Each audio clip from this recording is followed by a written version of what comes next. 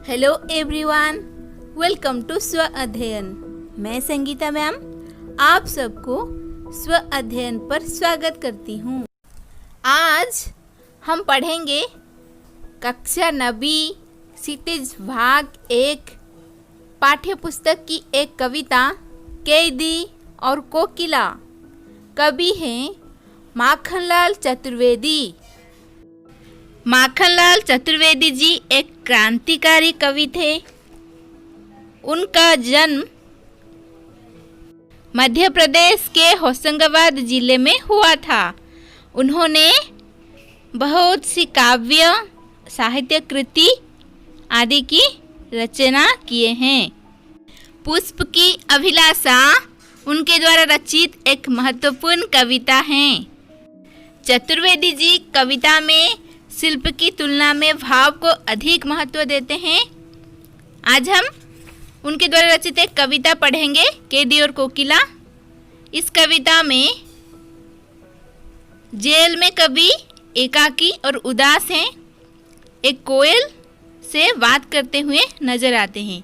कोकिल से अपने मन का दुख, असंतोष और ब्रिटिश शासन के प्रति अपने आक्रोश को व्यक्त करते हुए कवि कहते हैं कि यह समय मधुर गीत गाने का नहीं बल्कि मुक्ति का गीत सुनाने का। हम कविता को पढ़ेंगे और जानेंगे आखिर कैदी और कोकिला के बीच क्या बातचीत हुई है। क्या गाती हो, क्यों रह रह जाती हो, कोकिल बोलो तो क्या लाती हो, संदेशा किसका है, कोकिल बोलो तो। यहाँ पर संदेशा का अर्थ समाचार, वार्ता। देखेंगे इन पंक्तियों के भाव। इन कविता में कवि के द्वारा जेल में कैद स्वतंत्रता सेनानी की मनोदशा और पीड़ा को व्यक्त किया गया है। जब कोयल कवि को अर्धरात्रि में चीखती गाती हुई नजर आई तो उनके मन में कई तरह के भावपूर्ण प्रश्न उत्पन्न होने लगे कि कोयल उनके लिए कोई प्रेरणात्मक संदेश लेकर आई होगी। जब कवि से रहा नहीं गया तो वो कोयल से प्रश्न पूछने लगे कि हे कोयल, तुम क्या गा रही हो? आखिर गाते गाते बीच में चुप क्यों हो जाती हो? मुझे भी बताओ, क्या तुम मेरे लिए कोई संदेशा लेकर आई हो? मुझे बताओ, किसका संदेश है कोकिल? मुझे भी बताओ। कवि अर्धरात्रि में कोयल की आवाज़ सुनकर व्यग्रता से पूछ रहे हैं कि क्या तुम कोई संदेशा लेकर आई हो? क्या संदेश है तुम्हारी इस आवाज़ में? मुझे भी बताओ, तुम मुझे स्पष्ट रूप से बताओ। ऊंची काली दीवारों के घेरे में, डाकू चोरों बटमारों के डेरे में, जीने को देते नहीं पेट भर खाना, मरने भी देते नहीं तड़प रह जाना। जीवन पर अब दिन रात कड़ा पहरा है, शासन है या तन का प्रभाव गहरा है। हिमकर निराश कर चला रात भी काली, इस समय कालिमा मई जगी क्यों आली। यहाँ पर बटमारों का अर्थ है रास्ते में यात्रियों को लूटने वाले ठग। डाकू, डेरे में यानी आवास में, बसेरे में। तम यानी अंधकार, अंधेरा। हिमकर का अर्थ है चंद्रमा।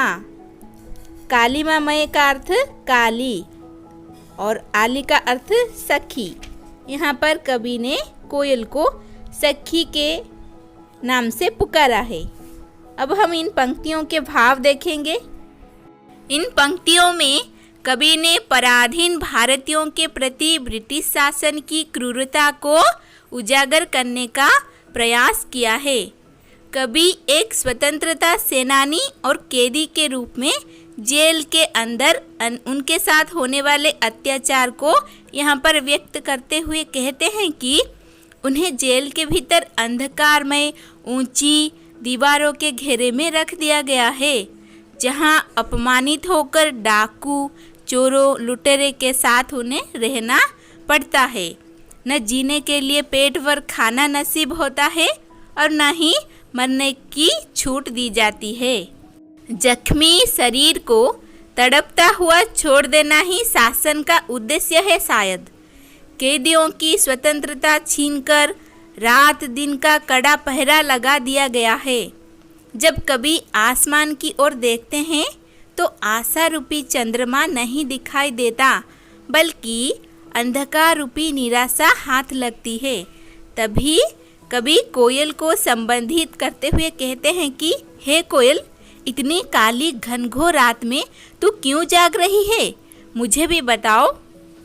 कभी कहते हैं कि मैं जिस स्थान पर कैद हूँ, यह जेल में, वह स्थान मनुष्य के जीने लायक नहीं है।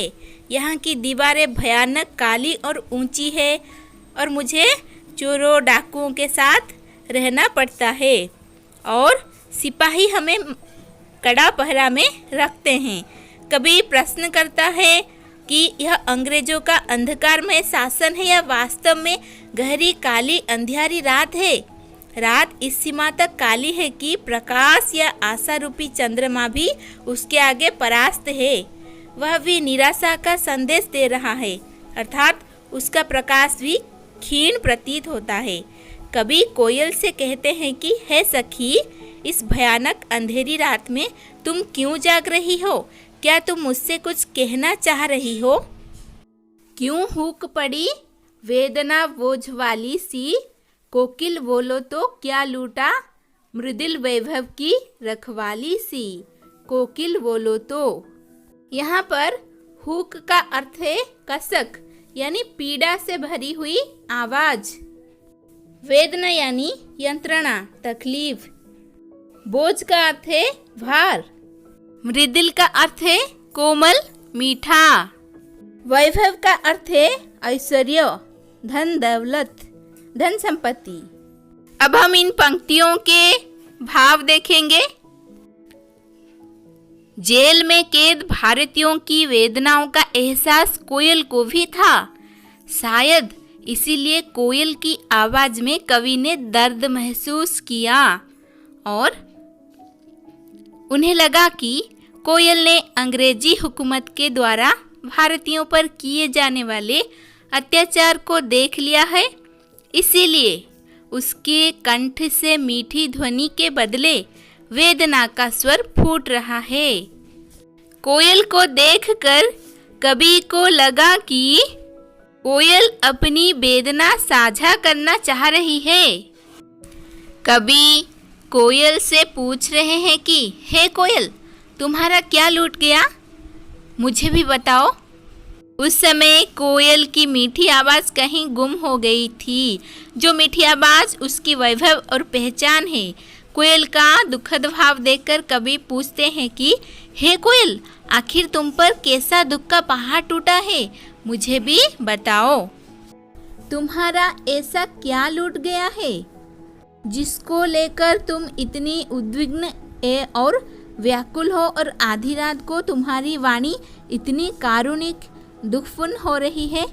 कोयल, तुम्हारी वाणी अत्यंत मधुर एवं कोमल है तथा वह मधुर ऐश्वर्य की प्रतीक है जिसकी तुम अधिकारिणी हो। फिर भी तुम इस सीमा तक विचलित क्यों हो? तुम्हारी वाणी में ये दुखीपन क्यों है? बोलो तो, तुम दुखी क्यों हो? क्या हुई बाबली, अर्धरात्रि को चिखी? कोयल बोलो तो, किस दावानल की ज्वालाएं हैं देखी? कोयल बोलो तो। यहाँ पर बाबली का अर्थ पगली, अर्धरात्रि का अर्थ आधी रात, दावानल यानी जंगल की आग, ज्वालाएं का अर्थ आग की लपेटें। इन पंक्तियों के भावार्थ देखेंगे। कवि पूछ रहे हैं कि कोयल से, तुम इस आधी रात को क्यों चिल्ला रही हो? क्या किसी जंगल की आग की भयानक लपेटें तुम्हें दिख गई है? अर्थात क्या तुम्हें भी इस अंग्रेजी राज का अंधकार और भयानक अत्याचार युक्त नीतियों का ज्ञान हो गया है? तुम्हारी वाणी की व्याकुलता क्या इसी कारण है? क्या तुम इसी कारण चिल्ला रही हो? इन पंक्तियों के माध्यम से कवि कोयल को संबोधित करते हुए कहते हैं कि अर्धरात्रि में तेरा वेदनापूर्ण स्वर में चीखना गाना मुझे कुछ अच्छा नहीं लग रहा है। तुम बताओ, आखिर तुम्हें हुआ क्या है? क्या कोई पीड़ा तुम्हें सता रही है? आगे कभी ब्रिटिश शासन की क्रूरता की ओर इशारा करते हुए कोयल से कहते हैं कि क्या तुम्हें संकट रूपी जंगल में लगी हुई आग की ज्वालाएं दिख गई है? हे कोयल, मुझे भी बताओ, तुम्हें हुआ क्या है?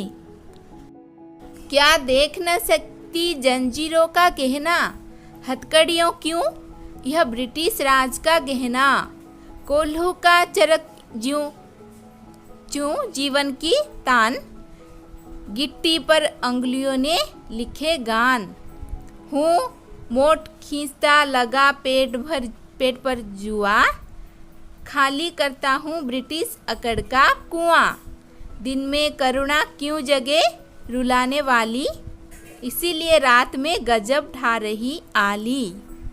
यहाँ पर जंजीर का अर्थ कड़ी, बंधन, गहना यानी आभूषण, चरक चूं यानी कोल्हू चलाने की ध्वनि, जो चक्की पिसा जाता है उसकी आवाज़, गिट्टी यानी पत्थर का टूटा छोटा भाग, मोट खींचना का अर्थ कोल्हू का चरसा खींचना, अकड़ का अर्थ है घमंड एंड गर्व।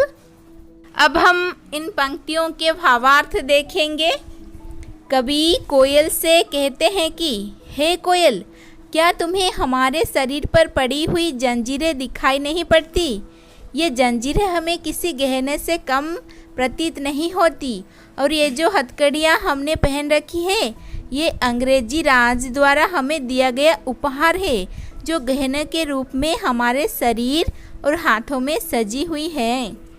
हमें यूं कोल्हू के चरसा को खींचते समय चरक चूं की ध्वनि में जीवन की तान सुनाई पड़ती है। यह जीवन संगीत ही हमें देश के प्रति समर्पित होने की प्रेरणा देता है। हम अपने मजबूत हाथों से जब पत्थर तोड़ते हैं तो ऐसा लगता है कि हमारी उंगलियों में पत्थर के ये टुकड़े स्वतंत्रता संग्राम का नया गीत रच रहे हो। कभी कहते हैं कि जब मैं पेट पर कोल्हू का जुआ लगाकर कोल्हू का चरसा खींचता हूँ तो ऐसा लगता है कि अंग्रेजी शासन की अकड़ या घमंड का कुआं लगातार खाली करता जा रहा हूँ। अंग्रेजी शासन को घमंड का कुआं कहाँ है यहाँ पर कवि ने। कवि कहते हैं कि इतनी यातनाएं सहने और भूखे रहने के बाद भी अंग्रेजी शासन के सामने हम नहीं झुक रहे हैं, जिससे उनकी अकड़ जरूर कम हो जाएगी। इसी वजह से दिन में हमारे अंदर यातनाओं को सहन करने के लिए गजब का आत्मबल आ जाता है, जिससे हमारे अंदर कोई करुणा उत्पन्न नहीं होती और ना ही हम रोते हैं। शायद तुम्हें यह बात पता चल गई है, इसीलिए शायद तुम मुझे रात में सांत्वना देने आई हो, परंतु तुम्हारे इस वेदना भरे स्वर ने मेरे ऊपर गजब ढा दिया है और मेरे मन को व्याकुल कर दिया है। इस शांत समय में अंधकार को बेद रो रही क्यों हो? कोकिल बोलो तो चुपचाप मधुर विद्रोह बीज इस भांति बो रही क्यों हो? कोकिल बोलो तो। यहाँ पर बेद का अर्थ चीरना, विद्रोह का अर्थ क्रांति का प्रारंभ। अब हम इन पंक्तियों के भाव देखेंगे। कवि कहते हैं कि हे कोयल, इस अंधकार में एवं शांत माहौल में तुम क्यों बिलाप कर रही हो? तुम्हें ज्ञात है कि दिन का समय परिश्रम, यातना, संघर्ष का समय होता है। उस समय मधुर आवाज़ और करुणा की आवश्यकता नहीं होती, इसीलिए तुम्हारा रुदन इस घोर अंधकार को बेध रहा है। हे कोयल, क्या तुम इन अंग्रेजों के विरुद्ध क्रांति का प्रारंभ कर रही हो? क्या तुम अपनी करुण वाणी से स्वतंत्रता संग्राम का नया अध्याय लिखने जा रही हो? बोलो तो कोयल, क्या तुम इस नीरव शांत अंधकारमय वातावरण में इसीलिए चुपचाप रुदन कर रही हो?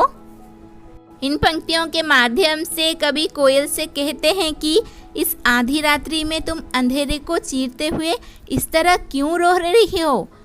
कोयल बोलो तो, क्या तुम हमारे अंदर अंग्रेजी सरकार के खिलाफ विद्रोह के बीज बोना चाहती हो?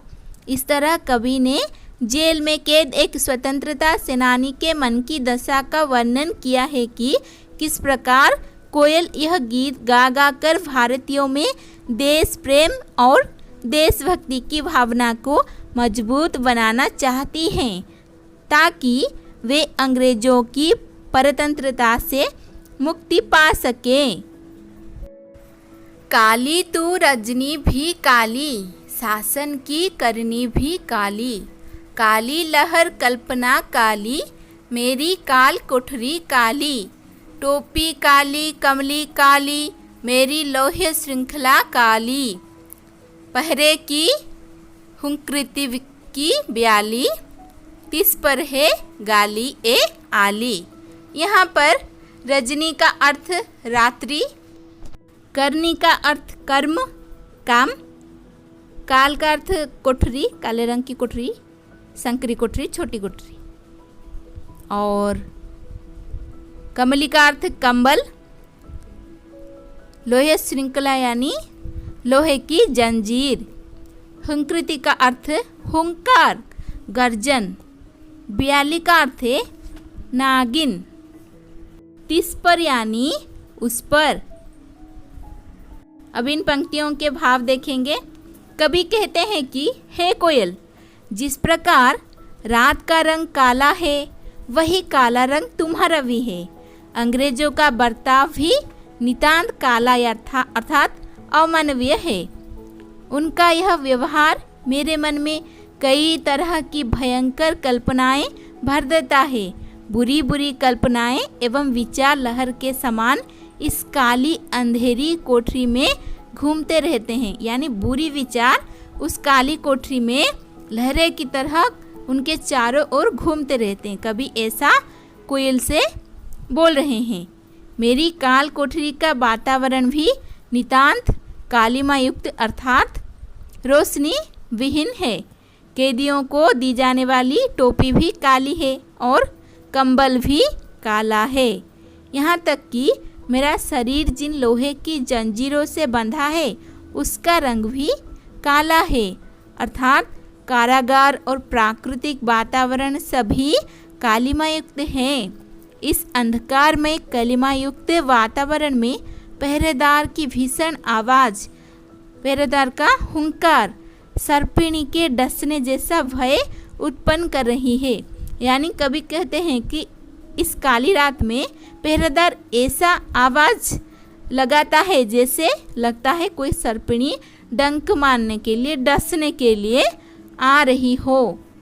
इन पंक्तियों के माध्यम से कवि ने अंग्रेज शासन काल के दौरान जेल में स्वतंत्रता सेनानियों के साथ हो रहे घोर अत्याचार का वर्णन किया है। काले रंग को हमारे समाज में फैले दुख और अशांति का प्रतीक माना जाता है, इसीलिए कवि ने यहाँ पर चीज़ों को काला बताया है। कवि कैदी के माध्यम से कह रहे हैं कि कोयल तो खुद काली है, ये रात भी घोर काली है और यहाँ पर हमें मिलने वाली सारे चीज़ भी काली है। और कवि कहते हैं कि यहाँ से मुक्ति पाने की कल्पना भी काली है। हमने एक काले वातावरण में कैद होते हुए कैदी के साथ काली कोकिल की वार्तालाप को यहाँ पर पढ़ा। आगे कवि भावात्मक रूप में कहते हैं कि दिन रात इतने कठोर यातनाओं को सहने के बाद भी हमें पहरेदार की हुंकार और गाली को सहन करना पड़ता है, जिसको कवि ने सर्पिणी की डंस के साथ तुलना किया है। इस काले संकट सागर पर मरने की मदमाती कोकिल बोलो तो, अपने चमकीले गीतों को क्यों कर हो तेराती कोकिल बोलो तो। अब हम शब्दार्थ देखेंगे, इन पंक्तियों के कठिन शब्द के अर्थ। मदमात यानी मस्ती, उल्लास से भरी। अब हम इन पंक्तियों के भाव देखेंगे। कवि कैदी के माध्यम से कोयल से कहते हैं कि हे सखी, इस अंधकारमय अन्याय से भरे वातावरण में अंग्रेजी सैनिकों द्वारा दी जाने वाली असभ्य गालियाँ इसे और भयावह बना रही है। कभी कहते हैं कि ऐसे अन्यायपूर्ण एवं अमानवीय वातावरण में भी काले सागर रूपी विपत्ति अर्थात अंग्रेजी हुकूमत से लोहा लेने का उत्साह निरंतर बढ़ता जा रहा है। यानी कभी कहते हैं कि इस परिस्थिति में भी हमारे मन में अंग्रेज शासन के प्रति विद्रोह की भावना है। इन पंक्तियों में कवि कहते हैं कि कोयल, मुझे समझ में नहीं आ रहा है कि तुम स्वतंत्र होने के बाद भी आधी रात में संकट रूपी कारागार के आसपास मंडराकर अपनी मदमस्त ध्वनि में स्वतंत्रता की भावना जागृत करने वाली गीत क्यों गाए जा रही हो। क्या तुम्हें किसी से डर नहीं लगता? बोलो कोयल। कभी कहते हैं कि तुम्हें डर लगता है कि नहीं, हमें बताओ। हमें तो किसी से भी डर नहीं लगता, इसीलिए हम कैद होकर भी हमारे मन में स्वतंत्रता की भावना है। तुझे मिली हरियाली डाली, मुझे नसीब कोठरी काली। तेरा नभ भर में संचार, मेरा 10 फुट का संसार। तेरे गीत कहावे वाह, रोना भी है मुझे गुनाह। देख विषमता तेरी मेरी, बजा रही तिस पर रणभेरी। यहाँ पर हरियाली का अर्थ है सबूजिमा पुण्य, नसीब का अर्थ भाग्य, नभ पर यानी संपूर्ण आकाश, गुनाह का अर्थ है अपराध, विषमता यानी असमानता, अंतर, रणभेरी का अर्थ युद्ध का नाद। इन पंक्तियों में कवि कहते हैं कि हे कोयल, तुम तो प्रकृति के स्वच्छंद हरे भरे वातावरण में उन्मुक्त, खुला यानी स्वतंत्र रूप से विचरण करती हो। अर्थात तुम्हें तो बैठने के लिए हरी भरी डाली मिली है, परंतु मेरे भाग्य में यह संक्रीसी काल कोठरी है जहाँ हवा और रोशनी बड़ी मुश्किल से पहुँचते हैं। हे कोयल, संपूर्ण आकाश तुम्हारा क्षेत्र है जहाँ तुम बिना रुकावट के उड़ सकती हो, जबकि मैं जिस काल कोठरी में बंद हूँ यह मात्र 10 फुट की ही है। हे कोयल, तेरे गीत सभी की प्रशंसा के पात्र होते हैं, परंतु यदि मैं अपनी दुर्दशा पर रोना चाहूँ तो यह अपराध की श्रेणी में गिना जाएगा और मुझे अपराधी कहा जाएगा। इन पंक्तियों में कैदी और कोकिला के बीच जो बातचीत हुई है, कवि कोयल को संबोधित करते हुए कहते हैं कि तुम पूर्ण रूप से स्वतंत्र हो, पूरा आसमान तुम्हारा ठिकाना है, तुम्हारे गीतों पर लोगों की प्रशंसापूर्ण तालियां बज उठती हैं, परंतु इसके विपरीत मेरे नसीब में पराधीनता की काली रात है। जेल के 4 दीवारी के भीतर ही मेरा काला संसार है। मैं चीखता रोता भी हूँ तो कोई मेरे आंसू पोंछने नहीं आता, मानो मेरा रोना कोई बहुत बड़ा गुनाह हो और मैं कोई गुनहगार हूँ। हमारी परिस्थितियाँ अलग अलग है। आगे कभी कोयल को संबोधित करते हुए कहते हैं कि मैं तुमसे जानना चाहता हूँ कि तुम युद्ध का गीत क्यों गा रही हो, तुम रणभेरी क्यों बजा रही हो, तुम तो आज़ाद हो। मुझे बताओ कोयल, किस कारण तुम रणभेरी बजा रही हो। कभी कोयल से उत्साह के साथ पूछ रहे हैं, मुझे बताओ कोयल, तुम स्वतंत्र होने के बावजूद क्यों रणभेरी बजा रही हो। इस हुंकृति पर अपनी कृति से और कहो क्या कर दूं।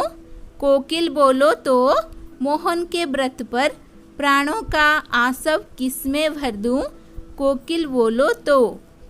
यहाँ पर कृति का अर्थ है रचना।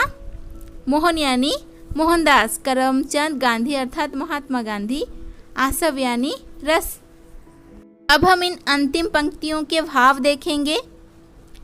इन पंक्तियों में कवि कहते हैं कि हे कोयल, तुम स्वयं देख लो कि तुम्हारी और मेरी स्थिति में कितना अंतर है।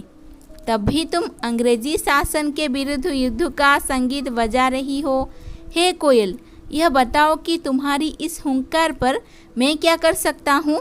इस काल कोठरी में रहकर मैं अपनी रचनाओं, कविताओं के द्वारा ऐसा और क्या विशेष करूं कि स्वतंत्रता संघर्ष की आग और अधिक धधक उठे यानी जल उठे। हे कोयल, तुम ही बताओ कि महात्मा गांधी के इस स्वतंत्रता आंदोलन के लिए मैं अपने प्राण रस किस भांति न्योछावर यानी त्याग कर सकता हूँ। तुम बताओ कोयल, मेरे संघर्ष की दिशा क्या होगी। मैं इसके लिए सहर्ष तैयार हूँ। कवि कोयल से पूछ रहे हैं कि कोयल, तुम बताओ, मैं स्वतंत्रता संग्राम को बनाए रखने के लिए यहाँ पर कैद होकर और क्या क्या कर सकता हूँ। इन पंक्तियों के माध्यम से कवि कहते हैं कि मैं यहाँ पर बहुत सारी यातना सहन कर रहा हूँ, फिर भी स्वतंत्रता संग्राम को आगे बढ़ाने के लिए अपनी रचनाओं के सहारे लोगों के मन में जरूर जागरूकता पैदा करूँगा। कवि आगे कहते हैं कि मैंने ब्रिटिश हुकूमत की यातना सह रहे भारतीय कैदियों में कोयल की विद्रोह भरी आवाज के माध्यम से बुढ़ी हड्डियों में भी जान फूंकने का काम कर दिया है, अर्थात जिसे सुनकर कैदी कुछ भी कर गुजरने के लिए तैयार हो सकते हैं। कोयल बोलो, और मैं क्या करूं? तुम ही बताओ। क्या गांधी जी के स्वतंत्रता अभियान की खातिर अपने प्राणों को न्यौछावर कर दूं? अपने कलम से कैसे क्रांति ला सकूंगा मैं? तुम ही बताओ कोयल। कवि इन अंतिम पंक्तियों में बार बार कोयल से यह प्रश्न कर रहे हैं कि कोयल बताओ, मैं स्वतंत्रता संग्राम को आगे बढ़ाने के लिए और क्या क्या कर सकता हूँ। तो हमने पढ़ा माखनलाल चतुर्वेदी जी के द्वारा रचित हृदय स्पर्शी और मार्मिक कविता कैदी और कोकिला, जो कि एक देश प्रेम कविता है और स्वतंत्रता संग्राम को चालू रखने के लिए और लोगों को स्वतंत्रता के प्रति जागरूक बनाने के लिए माखनलाल चतुर्वेदी जी उस समय इस कविता को रचना किया था। इस कविता में कवि आरंभ से अंत तक एक कोयल से बातचीत करते हैं और अपनी मन की व्यथा, पीड़ा, कसक आदि सब कोयल के साथ साझा करते हैं। स्वाधीनता के पूर्व लिखी गई इस कविता में जेल में बैठे कवि के रूप में कैदी और कोयल के मध्य वार्तालाप हो रहा है। कवि अपनी उदासी और पीड़ा को कोयल के साथ साझा कर रहे हैं। वे ब्रिटिश शासन की क्रूरता को कोयल को बता रहे हैं। जब कोयल कवि को अर्धरात्रि में चीखती हुई नजर आई तो कवि उस समय भी अपनी मन की बात कोयल से की और अंत में भी कोयल से पूछने लगे कि कोयल बताओ, मैं और क्या क्या कर सकता हूँ स्वतंत्रता संग्राम को आगे बढ़ाने के लिए। शायद इस आशा से कवि ने कोयल से देश हित में अपनी पीड़ा साझा की होगी कि वह कोयल मुक्ति का गीत गाकर लोगों को सुसुप्त अवस्था से जागृत अवस्था में लाने के लिए प्रेरणा का संचार करे। अतः हम कह सकते हैं कि कैदी और कोकिला कविता अंग्रेजी शासन की क्रूरता के खिलाफ लिखी हुई उस समय की एक क्रांतिकारी कविता है। धन्यवाद। ऐसे ही वीडियो देखने के लिए चैनल को सब्सक्राइब कीजिए, नोटिफिकेशन के लिए बेल आइकन को दबा दीजिए।